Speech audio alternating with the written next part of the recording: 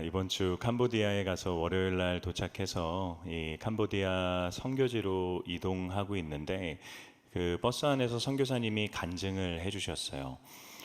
선교사님과 그 부부가 선교지에 온 지 얼마 되지 않으셨을 때 차량 전복 사고가 났다고 합니다. 차가 한 2바퀴 도는 큰 사고였는데 차에 타고 있었던 선교사님 자녀분들은 이렇게 차 밖으로 튕겨서 나갔다고 해요. 근데 선교사님과 사모님은 차가 이렇게 전복되면서 차에서 나가지 못했는데 그 차가 거꾸로 늪에 빠졌다고 합니다. 그래서 이 소위 이렇게 뒤집어져 있는 상태인 거죠. 근데 이제 머리 쪽으로 물이 계속 들어왔다고 해요. 늪에서 이제 빠져나가려고 하는데 아무리 발버둥을 쳐도 빠져나갈 수가 없었다고 합니다. 그래서 이게 내 끝이겠구나 라고 생각을 하면서 스테반처럼 주님, 내 영혼을 당신의 손에 부탁드립니다 라고 하면서 발버둥을 멈추고 그냥 살아온 삶을 좀 반추하셨다고 해요. 그러면서 조용히 자신의 삶을 이렇게 마무리하고 있는데 그때 마음속에 문득 이런 생각이 들었다고 합니다. 그래도 내가 이렇게 죽는 것은 좀 억울하다. 그러면서 하나님 살려주세요 라는 고백을 했는데 그 즉시 차가 이렇게 뒤집어졌다라고 해요. 놀랍죠? 네. 왜 이런 반응인지 제가 알고 있습니다. 그래서 이제 차가 뒤집어진 거죠. 그래서 차에서 나오셔서 2시간 정도 가는 거리에 있는 병원에 가서 수술을 받고 살아나셨다고 해요. 그때는 너무 정신이 없어서 몰랐는데 그 뒤에 들어보니까 그 지역에 사는 선교사님의 표현으로는 깡마른 여성 4분과 술 취한 남성 2분이 차가 늪에 빠진 걸 보고 밀었다고 해요. 근데 도저히 사실 밀 수 없는 무게의 차였고 늪에 빠져 있었기 때문에 사람 6이서 꺼낼 수 있는 무게가 아니었음에도 그게 그렇게 들린 거죠. 그래서 선교사님이 살아나셨다고 합니다. 여러분, 제가 왜 설교를 시작하면서 제가 들었던 이 간증을 말씀드리냐면요, 저와 여러분은 기적을 부인하는 세대를 살고 있기 때문이에요. 여러분, 저희는 저희의 상식과 이성을 뛰어넘는 일들을 들으면요, 그것을 받아들이지 않습니다. 그리고 어떻게 하냐면 그 일이 일어났던 이유를 내가 납득할 수 있는 이유로 설명해 내려고 해요. 그래서 그 선교사님의 차가 돌아갔습니다 라고 했을 때 여러분이 다 놀랐지만 6명이 밀었습니다 라고 했을 때 마음의 안도감을 느끼신 것이 그런 이유 때문인 거죠. 이게 받아들이기가 힘든 거예요. 때로는 나의 상식과 이성으로 내가 해석해낼 수 없는 어떤 기적 앞에서 우리는 그것을 터부시합니다. 그것을 거부하죠. 그것으로부터 한 걸음 우리는 물러섭니다. 우리는 사실 기적을 그렇게 좋아하지 않아요. 기적이 일어날 수 있다라고 은연중에 생각하지 않습니다. 여러분, 신앙의 영역도 마찬가지로 다가오는 것이 전 참 안타까운 것 같아요. 한 목사님과 대화를 나눴는데 그분이 이런 말씀하시더라고요.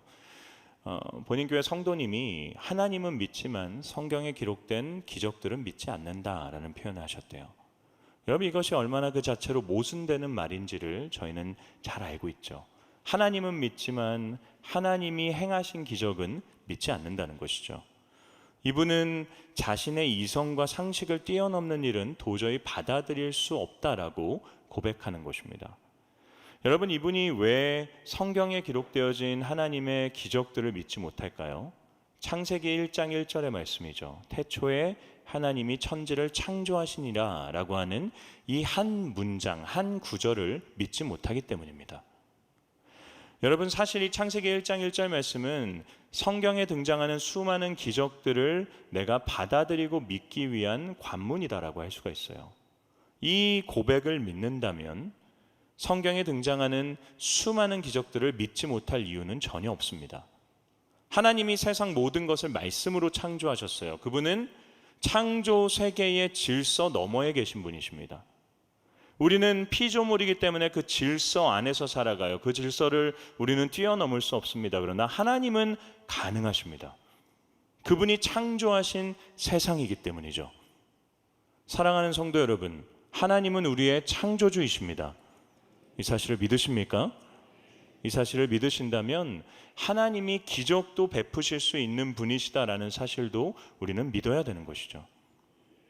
오늘 본문 말씀은 이 하나님에 대한 믿음이 없이는 참 받아들이기 힘든 말씀입니다. 저희가 지난주에 살펴본 것처럼 가나안 족속이었던 기브온은 살아남기 위해서 하나님을 심히 두려워하며 하나님께 항복하며 나아오게 되죠. 그런데 이 일로 인해서 모였던 가나안 땅 남부 지역의 왕들이 분노하게 돼요. 그리고 두려워하게 됩니다. 기브온은 강한 민족이었기 때문에 이들이 이스라엘과 붙은 것에 화를 내죠. 그러면서 그들을 침공합니다. 기브온은 이 가나안 남부 지역의 왕들의 공격을 받아낼 수 있는 실력이 없었어요. 그래서 이스라엘 백성들에게 도움을 요청하게 되죠.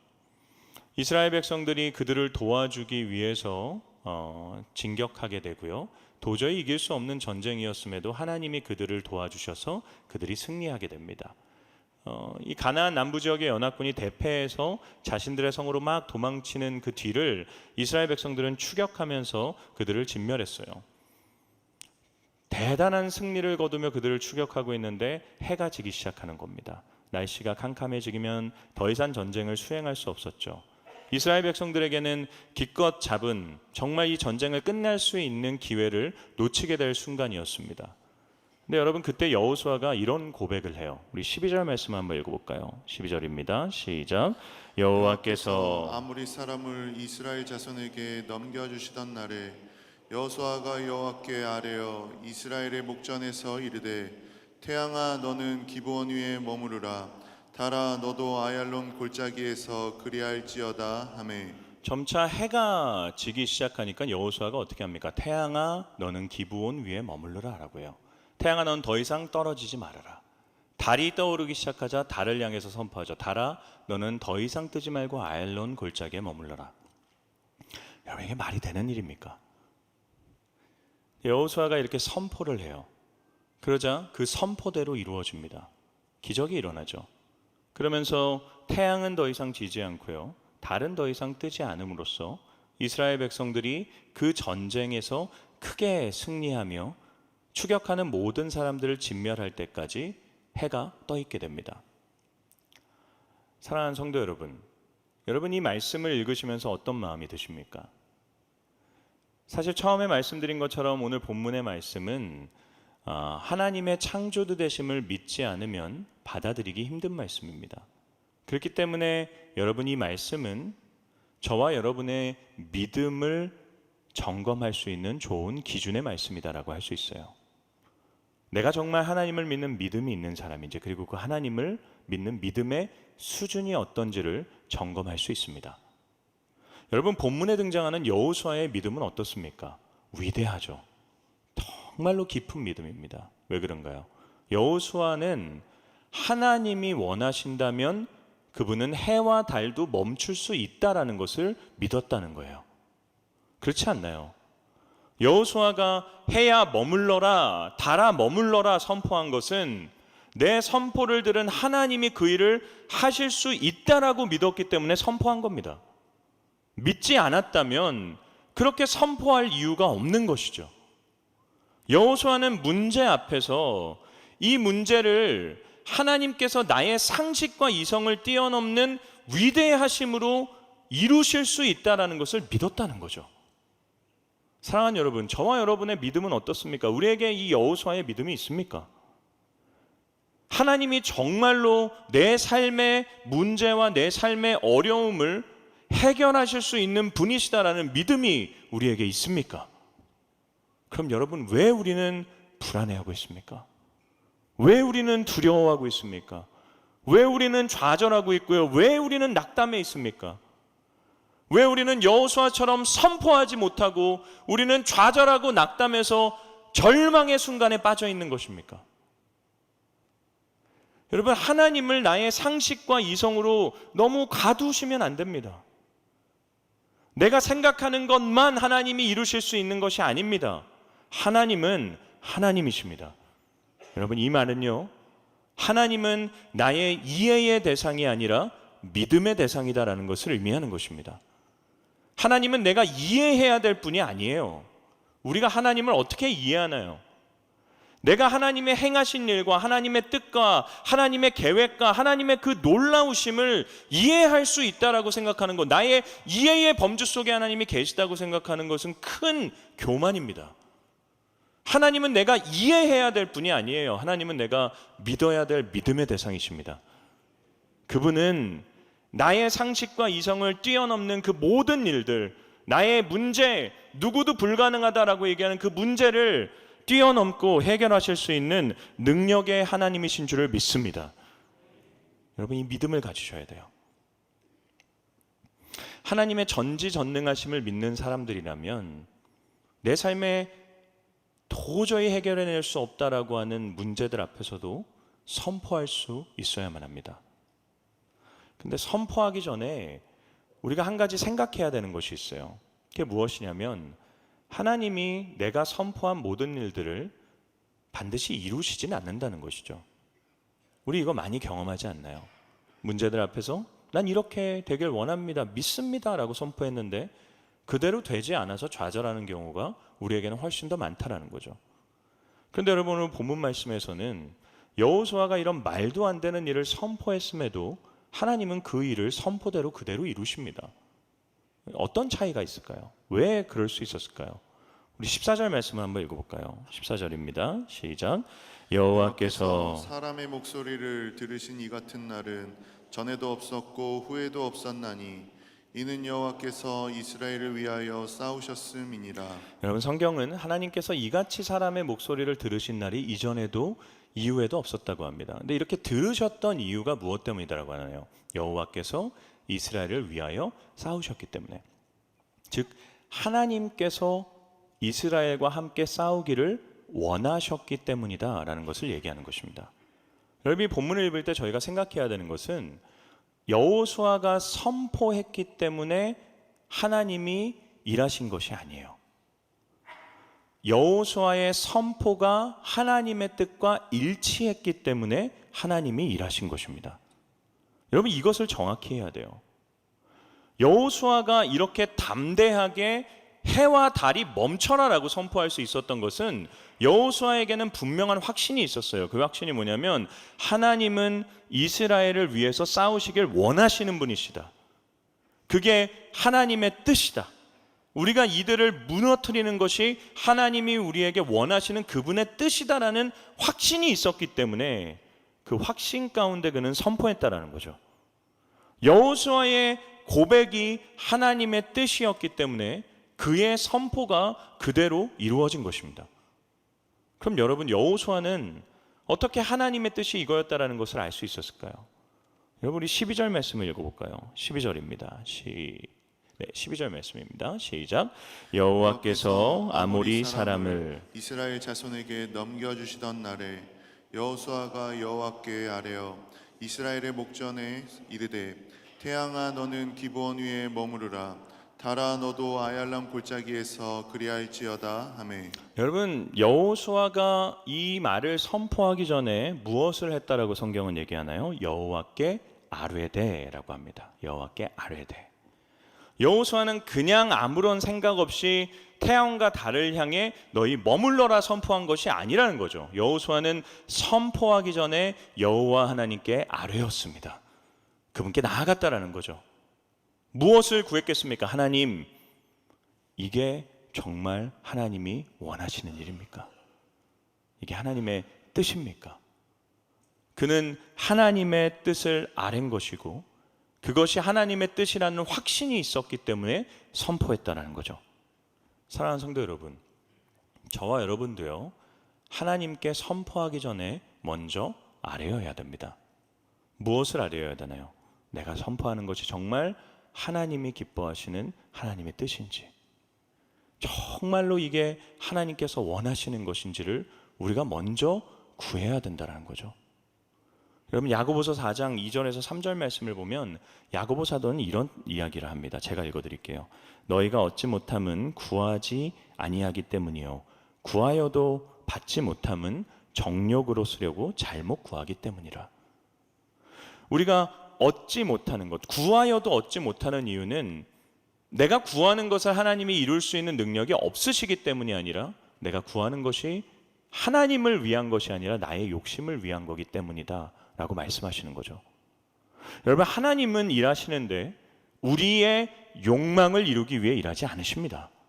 하나님은 자기의 이름을 위해 일하세요. 우리 성가대가 오늘 찬양했잖아요. 시편 23편의 말씀. 자기 이름을 위하여 우리를 의의 길로 인도하세요. 하나님이 소중하게 생각하시는 것은 자신의 이름입니다. 자신의 뜻이에요. 자신이 원하시는 그 일이 하나님은 이루어지도록 일하십니다. 우리가 먼저 구해야 되는 것은 하나님의 뜻이에요. 여러분 이걸 반드시 기억하십시오. 중요한 것은 상황이 아닙니다. 중요한 것은 하나님의 뜻입니다. 상황이 어떤지는 우리에게 중요하지 않아요. 상황이 막 절망적이고 상황이 정말 답이 없는 것 같고 상황이 어떤지가 중요하지 않습니다. 그게 어떤 상황이든지 간에 하나님이 하시고자 하면 하십니다. 중요한 건 그게 하나님의 뜻인가입니다. 하나님의 뜻이라면 상황은 더 이상 문제가 되지 않습니다. 하나님의 뜻이라면 그분은 얼마든지 이루실 수 있는 분이시기 때문입니다. 여러분 제가 신방을 하면서 저에게 이런 믿음이 필요하다는 것을 많이 깨닫게 돼요. 제가 신방하는 성도님들의 상황은요, 정말로 어려운 상황들이 많습니다. 절망도 많고요, 눈물도 많고. 그분들의 이야기를 들으면서 때로는 제 인간적인 눈으로도 답이 없는 것처럼 느껴질 때가 많아요. 와, 얘는 진짜 어떻게 하나? 이 문제가 과연 가능할까? 이게 해결이 될까? 여러분 저는 그분의 그런 문제들을 듣고 그분에게 말씀을 전하고 그분을 위해 기도해 드려야 되는 사람이에요. 근데 여러분 저에게 믿음이 없으면 어떻게 하겠습니까? 제 인간적인 눈으로 봤을 때 이거 도저히 안 될 것 같은 순간, 그래서 내가 어떻게 기도해야 될지조차 모르는 그 순간에 제가 마음속으로 늘 되뇌이는 말씀이 있어요. 마가복음 9장 23절입니다. 할 수 있거든이 무슨 말이냐? 믿는 자에게는 능치 못할 일이 없느니라. 자신의 아들이 귀신 들려서 무너져가고 있는 그 모습을 보는 아버지의 심정, 누구도 고쳐주지 못해요. 정말 동아줄 하나 붙잡듯이 예수님께 나아갑니다. 주님, 정말 할 수 있으면 이 아이를 고쳐주십시오. 예수님 뭘 말씀하시나요? 할 수 있거든이 무슨 말이냐? 너가 나를 믿는다면 믿는 자에게는 능치 못할 일이 없다. 여러분 저는 이 말을 마음속으로 되뇌요. 그리고 기도합니다. 하나님, 나의 뜻과 하나님의 뜻이 일치하게 해주세요. 정말 내가 기도하는 것이 하나님이 이분의 삶에 원하는 것이 되게 해주세요. 그것만 된다면 이루지 못할 일이 없기 때문입니다. 사랑하는 여러분, 어떤 문제와 어려운 상황 가운데 계십니까? 상황은 늘 있습니다. 늘 어렵습니다. 중요한 것은 그 상황이 어떤 상황이냐가 아니라 그 상황 가운데 하나님이 내게 원하시는 것이 무엇이냐입니다. 그분의 뜻을 구하십시오. 그리고 그것이 하나님의 뜻이라면 하나님의 이름으로 선포하십시오. 그분은 사막에 강을 내시고 막힌 곳에 길을 내시는 전능하신 하나님이십니다.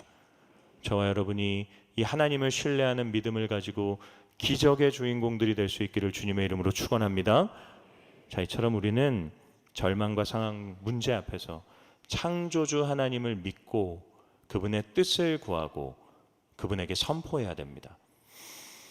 근데 여러분 때로는 저와 여러분이 구하고 또 실행하는 일들이 하나님의 뜻이 아닌 경우가 많다라는 거죠. 그렇지 않나요?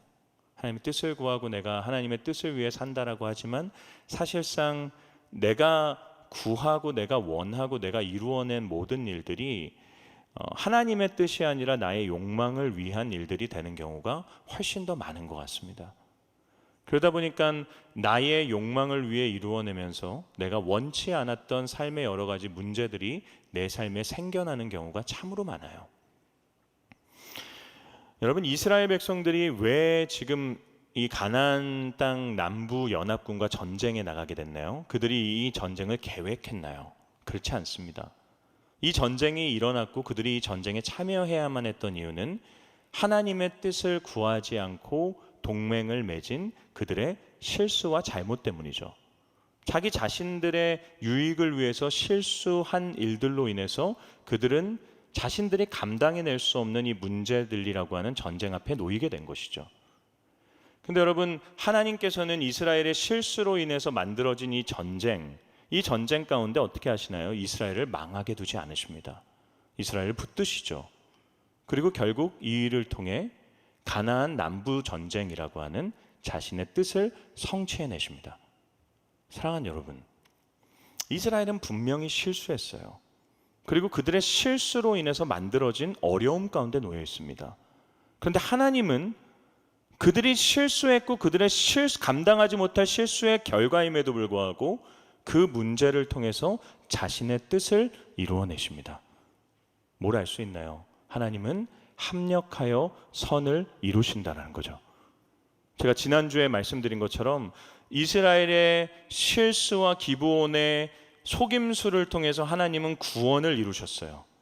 근데 동일한 실수를 저지르고 있는 우리의 모든 실수를 통해서도 그분은 합력하여 선을 이루시며 우리에게 계획하신 자신의 뜻을 이루어내시는 분이십니다. 여러분, 여기에 우리의 소망이 있지 않나요? 우리의 완벽함이 우리의 소망이라면, 우리의 대단함이, 우리의 탁월함이, 우리의 최선과 노력이 우리의 소망이라면 어떻게 소망을 품을 수 있습니까? 우리는 늘 실수합니다. 늘 욕망대로 삽니다. 늘 부족합니다. 그러나 그 모든 실수와 그 모든 눈물과 그 모든 잘못들을 통해서도 하나님은 선을 이루시는 분이십니다. 이게 우리의 유일한 소망이자 우리가 붙들어야 되는 은혜인 것이죠. 사랑하는 여러분, 그렇기 때문에 여러분의 문제 앞에서 하나님의 뜻을 구하십시오. 그분의 뜻이 이루어지기를 위해 선포하십시오. 그러나 때로는 나의 선포와 나의 뜻이 하나님의 뜻과 맞지 않는 때가 있다고 하더라도 걱정하지 마십시오. 하나님 선을 이루어 가십니다. 그래서 여러분, 우리를 하나님의 인도하심과 사랑에서 끊어낼 수 있는 것이 아무것도 없어요. 제가 캄보디아 선교지에 앉아서 그 힘든 시절을 살고 있는 아이들, 어떠한 희망도 없는 것 같고 이렇게 머리를 감겨주는데, 제가 들어보니까 전 그때 못 갔는데 머리를 감겨주는데 그 머리에서 막 애벌레와 이가 계속 나온대요. 어려운 상황, 힘든 상황, 정말 괴로운 상황 가운데 살고 있는 그 아이들, 그 땅을 바라보면서 제가 이 설교를 작성하고 있는데, 작년에 제가 갔던 남아공 선교지에 그 한 장면이 떠올랐어요. 남아공 그것도 그 선교지도 만만치 않은 곳이거든요. 다 빈민촌입니다. 그곳에서 아무런 희망도 없는 것 같은 그 아이들, 그 정말 눈이 반짝반짝거리는 그 흑인 아이들과 그 이세용 선교사님이 앉아가지고 영어 찬양 한 곡을 수도 없이 불렀어요. 수도 없이 몇 번이고 불렀습니다. 그 찬양을. 그 찬양의 가사가 딱 떠오르더라고요. 영어입니다. 이런 가사예요. No matter what may come my way, my life is in your hand. 영어로 한국말로 번역하면, 내 인생에 어떤 장애물이 나를 가로막는다고 하더라도 나의 인생은 당신의 손에 있습니다. 희망이 없는 것 같은, 돈도 없어요, 부모도 없는 아이들도 많고 아무것도 없는 아이들이 많아요. 상황과 환경을 보면 절망적입니다. 그런데 그 아이들이 다 모여가지고 이 찬양을 고백하는 거예요. 주님, 나의 인생은 당신의 손에 있습니다. 여러분, 우리에게도 이 고백이 있어야 되지 않겠습니까? 여러분, 하나님께 가장 안 어울리는 단어가 뭔지 아세요? 절망입니다. 인간의 가장 큰 절망이죠. 죽음도 그분 앞에서는 절망의 이유가 될 수 없습니다.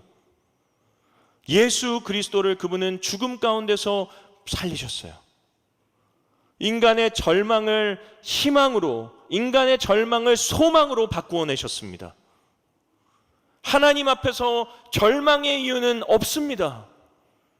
능치 못할 것이 없는 분이시고 우리의 모든 삶을 자신의 손에 붙드시고 이끌어가고 계시는 하나님이시기 때문입니다. 사랑하는 성도 여러분, 여러분 인생의 수많은 절망과 어려움들 속에서 하나님의 뜻을 구하며 선포하십시오. 그것이 해와 달이 멈춰져야 되는 일이라고 할지라도 하나님 이루실 것입니다. 여러분 삶에 때로는 하나님의 뜻과는 상관없는 일이 펼쳐져서 괴로움 가운데 있는다고 하더라도 여러분 절망하지 마십시오. 하나님은 합력하여 선을 이루어 가실 것입니다. 우리의 인생은 전능하신 하나님의 손에 붙들려 있는 인생입니다. 한 주간 살아가시며 이 하나님을 믿는 믿음을 가지고 나의 인생 주의 손에 있습니다 고백하며 살아갈 수 있는 저와 여러분 될 수 있기를 주님의 이름으로 축복합니다.